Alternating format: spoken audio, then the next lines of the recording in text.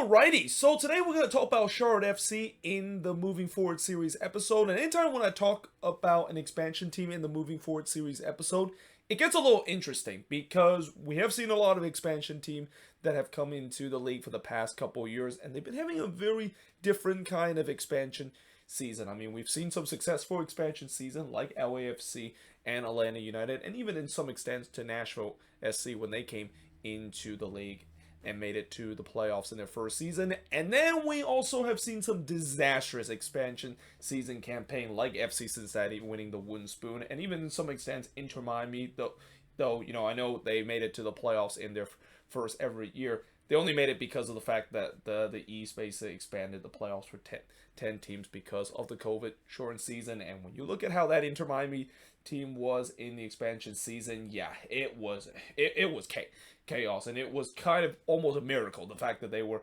able to make it to the playoffs and really kind of set back of the situation that Inter Miami find themselves in, which is still trying to clean up the mess of them having just a chaotic first ever season in the league. But we also have seen some expansion team that kind of had a very expansion type of season where you expect the team to maybe not do very well in the beginning, but eventually kind of figure things out. And we kind of saw that with Austin FC when they came into the league last year, and that's kind of the same with Charlotte FC with this season in a way where I will say for Charlotte FC, it's kind of not very similar to Austin FC in the case where, for Charlotte, I think a lot of people thought that they were going to have a very FC Cincinnati kind of expansion season, which is such a chaos in the beginning of their, well, not even before the season began, with so much chaos that was happening, and of course the famous "we're screwed" kind of statement that their former head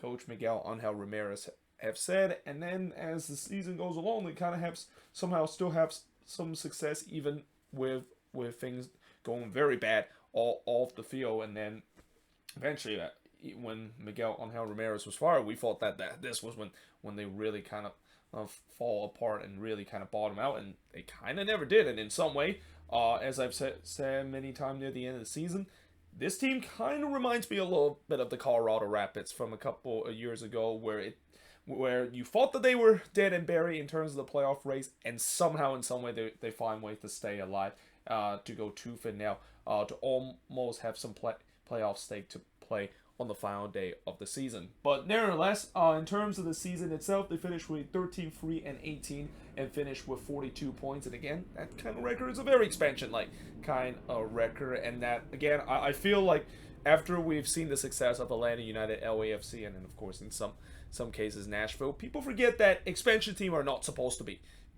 good in the first season, and that we haven't seen a lot of expansion team make it to the playoffs because there's a lot of uncertainty in terms of how the team is going to look when you build the roster from scratch. And yeah, again, that's why it's not a big surprise that Charlotte kind of had a very similar record to what I expect an expansion team and what a good expansion team can have in their first season in terms of the points total and the record. They scored 44 goals this season while giving up 52 goals with a -8 goal differential, and they finished ninth in the Eastern Conference. And again, very respectable for an expansion team. Usually when you want to have a good start, you would rightfully want to finish near that kind of bubble in terms of getting close to compete for the playoffs. And again, as I said, this team was in it for almost until the very end, and that a ninth place finish, I think Charlotte fans would absolutely take and consider what we saw in the beginning of the season. Now, the top goal scored for the Charlotte team, we got Karol Swiderski with 10 goals, followed by Danny Rios with 7 goals, Andre Shinyashiki with 6 goals, Ben Bender with 3 goals, and even their captain Christian Fuchs with 3 goals. Though again, I think some of them came from the penalty spots. Top assist leader, you got Ben Bender and Karol Swiderski tied with 6 assists. Then you got Brent Bronicle and Mackenzie Gaines with 4 assists. 2 guys that I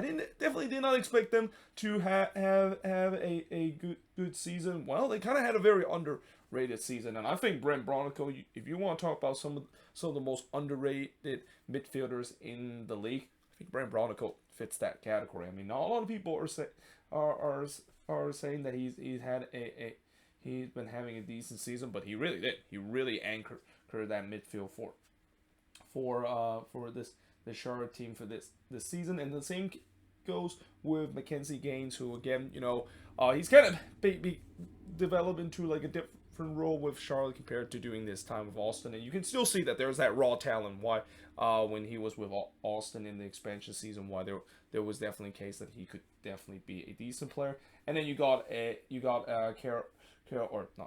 Kamil Józwiak with 3 assists. Got the wrong Polish player there to round up the top assist leader for Charlotte FC. Now, in terms of the highlights of the season, again, they were in the playoff fight until the very end. And again, a lot of people would have wrote them off after when they head into the final stretch of the season, where they had probably the toughest schedule out of any team that is still fighting for those playoff spot in the Eastern Conference. And yet, somehow, they were able to get Resort out of those games. In fact, not only they got Resort, but they were 4-1-0 in the last 5 games. And the only loss that they lost during that last 5 games was that meaningless game against the Red Bulls when they were already eliminated. And that, the one, or actually, they're not, I'm sorry, they're not 4-1-0. They're actually 3-1-1 in the last 5 games. Let me just change that out. I forgot they also had that one draw against the Columbus Crew, and that was a painful draw too, because that was the game that pretty much ended their hope in terms of making the playoffs. But when you look at how they were in the last 5 games, and again, some of these teams that they beat, they're not easy team. Like, they literally just beat the Philadelphia Union, and not only just beat the Philadelphia Union, but just flat out embarrassed the Philadelphia Union at a rate where we have not seen any team been able to do against the Union. They also got a road win against NYCFC there, and I know that game was at Red Bull Arena, and I know NYCFC does not do well at Red Bull Arena, but still, that's impressive to beat against a team that end up making the Eastern Conference Final and are the defending MLS Cup champion, and also against a team that is the Union, a team that made it all the way to MLS Cup this year. And then they, of course, broke the MLS attendance record in their first ever game with 75,000 plus inside Bank of America Stadium.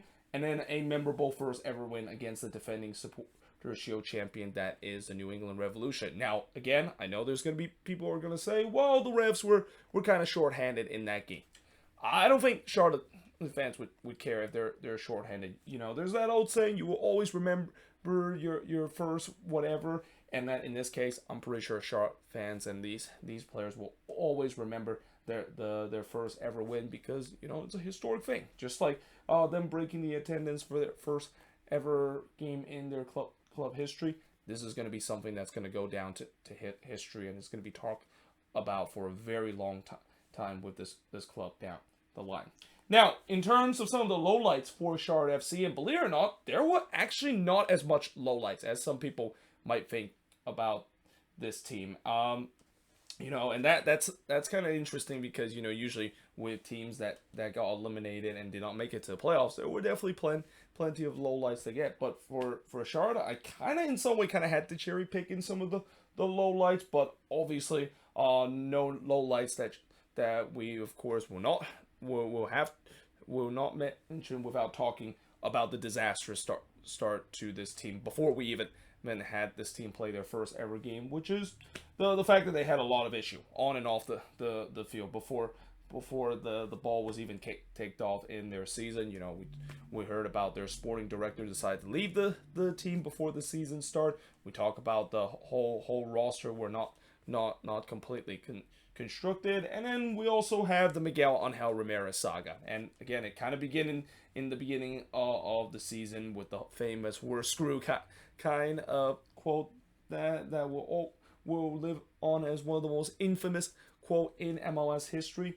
But it's just the fact that he and the front office was just having war with each other. And when you're a head coach and you have wars with the front office, you know who most likely is going to win that war. It's always going to be the front office. It's not a big surprise. Eventually, he was fired from the team. And in some way, as much as, at that point, it looked like it was going to be a disaster, because, when you look at how, at that point when he got fired from Charlotte was actually doing pretty well in their expansion season. Yes, they're probably wasn't above the red line, but it was a team that was having a pretty decent start to their life in MLS, getting a couple wins there, and really make Bank of America Stadium an absolute fortress because teams were not able to get wins at Bank of America Stadium. They were shooting off most of their wins at home, and that the Miguel Angel Ramirez was definitely going well, except we all know that it wasn't going so well because of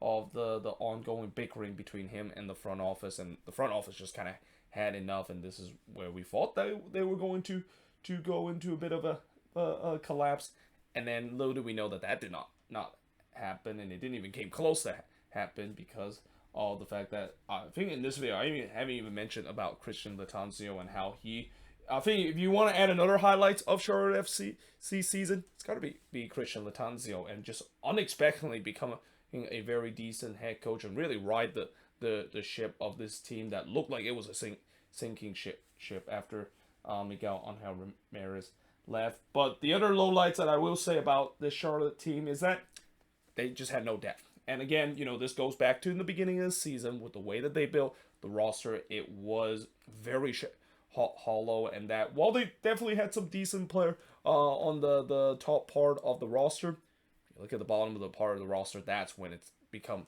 a bit of a problem, and that they just had no depth whatsoever. Once those injuries, of course happen, and once we get to a stretch of the season where it was pretty much 3 games in 7 days, especially in the middle part of the season between mid-July all the way into September, that's when you saw this team start to struggle in terms of their performance. And again, it's not a big surprise because when you decided to have a team that does not have any depth whatsoever, and you build a roster that is going to be short-handed from the beginning of the season, we knew that they were going to be in a bad stretch, and that I think that they ultimately paid the price. And in some way, I would say that if they did, at least I would say if they even did a little bit better during that stretch where they were clearly undermanned and were losing a lot of games, if they just able to survive just a little bit, I think they could have had a legitimate shot of making the playoffs because of that incredible late run that they had in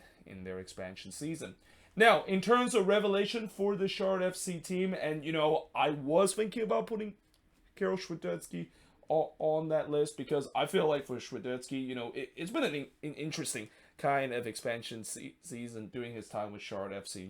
When he started in the first couple of games, he basically become the number 9 for this team, and there was a stretch where he was basically scoring goals for fun and kind of hey, your typical kind of number 9 player that is in form and able to bury all the chances. But then when the goal kind of dried up, that's when his performance kind of decreased at a rate where he was pretty much at some point kind of got benched for this team. But then he kind of revitalized his career or revitalized his season with the way that he was moving to that number 10 spot, and then he actually turns out to fit that spot well. So I could have easily picked him in terms of that, and maybe I probably should have picked him because in the end I decided to go with Daniel Rios as the revelation of this team. I mean, when they decided to sign him in the middle of the season, you talk about a underrated mid-season signing and a mid-season signing that I don't think it's giving enough credit. It's got to be the Daniel Rios mid-season signing of him going to Charlotte FC, because he definitely proved that he was going to be that number 9 that Charlotte basically desperately needed, and that it was pretty evident in that game against the Union where he probably had the best game of his career, scoring 4 goals against the Philadelphia Union. And that it's also kind of unfortunate the fact that they weren't able to keep him. I mean, I feel like they clearly should have tried very hard in terms of keeping him, because he definitely can be a guy that I think could be a double-digit goal scorer. And we even see it during his time with Nashville SC2, where I feel like he wasn't giving enough starting minutes, and even in his limited minutes with the club, he definitely showed that he could be one of the best number 9 in the league. So yeah, I think he is going to be the revelation, even though I will say that a lot of people will definitely pick Świderski in the MVP and the revelation for this Charlotte FC team. Now, disappointment, I mean, we talked about before how the top part of the roster,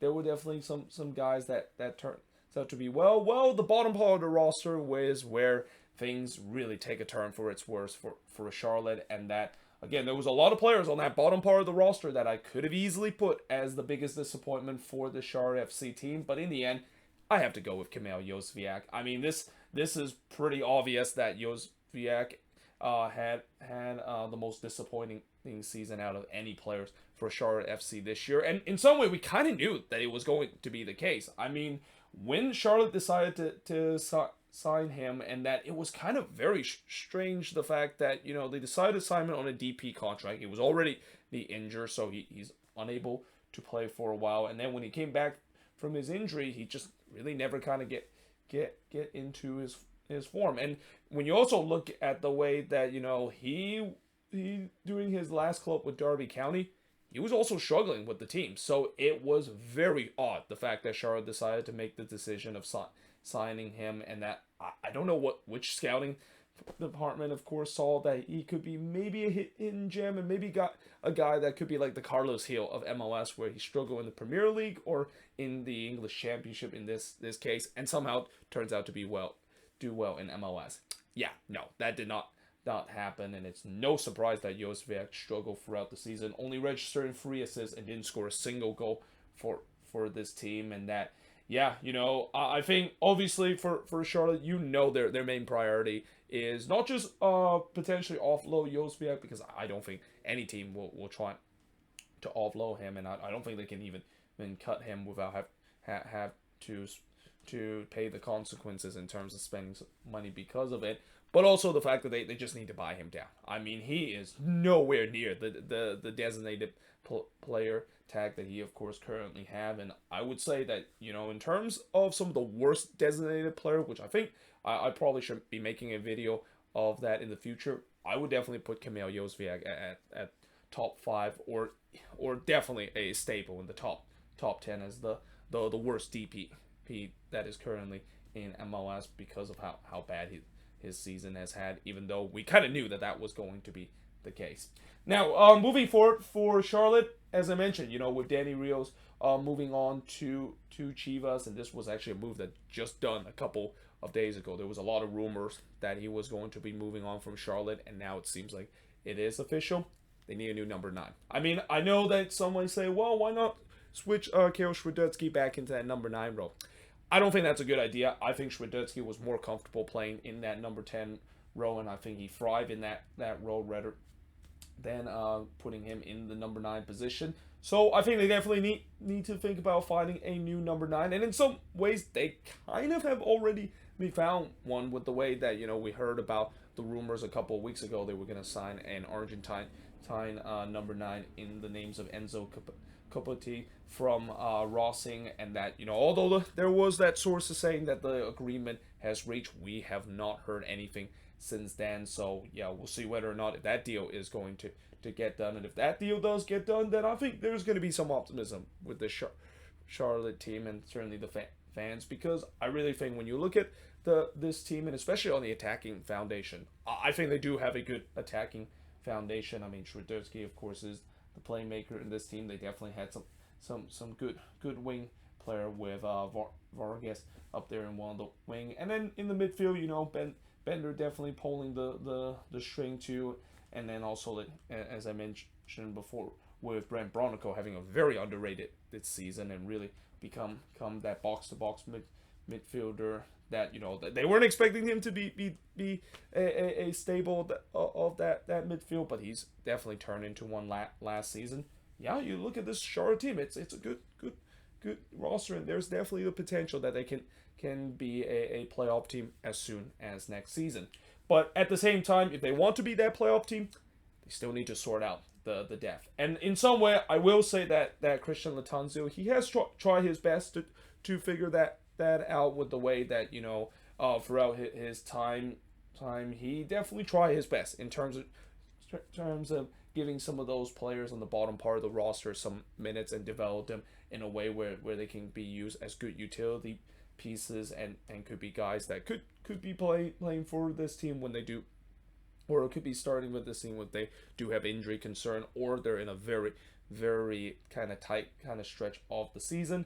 And again, even then, I think they still need to look for some more depth, and that's whether if that's signings that they still have to do, or the fact that Latanzio is just going to continue to do what he did, as I mentioned from last season. Yeah, they need depth. They absolutely need depth in the bottom part of the roster, because again, I think if this team goes for an injury crisis, this team is screwed because of the way that they just still have no depth in their roster.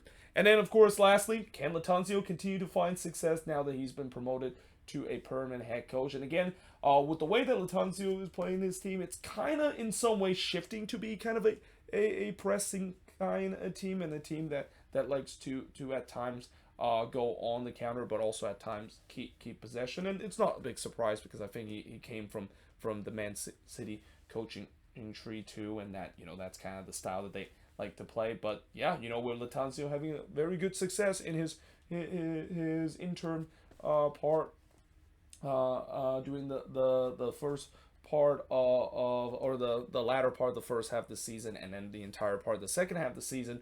We'll see whether or not if that success is going to continue heading into next season, because I know there's going to be some Charlotte fans that's going to say that maybe the front office are being a little bit cheap in terms of trying to just decided to promote their interim head coach as their main head coach. But I think Latanzio definitely deserve the job, especially with the way that I mentioned it many times in this moving forward series. This team came very close last season of making the playoffs. But let me know in the comments below, what do you think of this moving forward series episode? And as always, if you're a Charlotte fan, what do you think was the highlights and the lowlights of this expansion season? And moving forward, how is this team going to look like heading into their second season? Are they going to continue that momentum that they had in the first season, and kind of almost having I wouldn't say an Austin FC kind of second season, because what Austin FC has done in the second season is something that is also kind of very unorthodox in terms of what we've seen with expansion team making a huge jump in their second season. But this team definitely has the potential to at least be a playoff contender. We'll see whether that, of course, is the case. But like I said, let me know in the comments below, what do you think of this video? And yeah, hope you guys enjoyed this video. If you do, make sure you guys leave a like, smash the subscribe button, and yeah, I, of course, will see you guys next time.